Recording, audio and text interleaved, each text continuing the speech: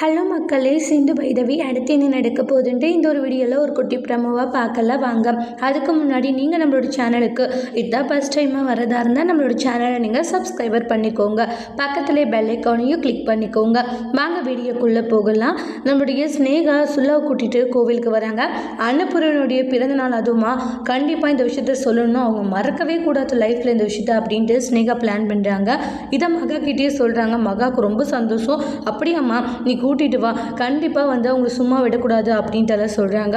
அன்னபூரணி என்ன ஆட்டம் போட்டு அந்த சிந்து சந்தோஷமாக இருந்துட்டுருக்கு, அவங்களோட சந்தோஷத்தை கெடுக்கணுமா, நீ இந்த வீட்டுக்கு மருமகளாக வரணும், ஆண்டி காவலையே படாதீங்க, நாம் நினச்ச விஷயம் நடக்க போதுன்னுவாங்க.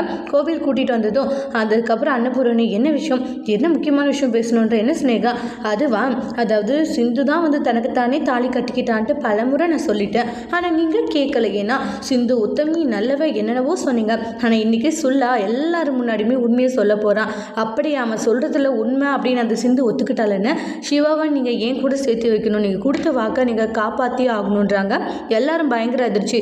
இங்கே சிந்துமே மனசு நினைக்கிறாங்க, சொல்ல நீ சொல்ல வேண்டியதை சொல்லிடுறா, என்ன நடந்தாலும் பார்த்துக்கலான்ற மாதிரி தான் சிந்துவும் இருப்பாங்க. அடுத்து என்ன நடக்க போகுதுன்னு வெயிட் பண்ணி பார்க்கலாம். தேங்க்யூ.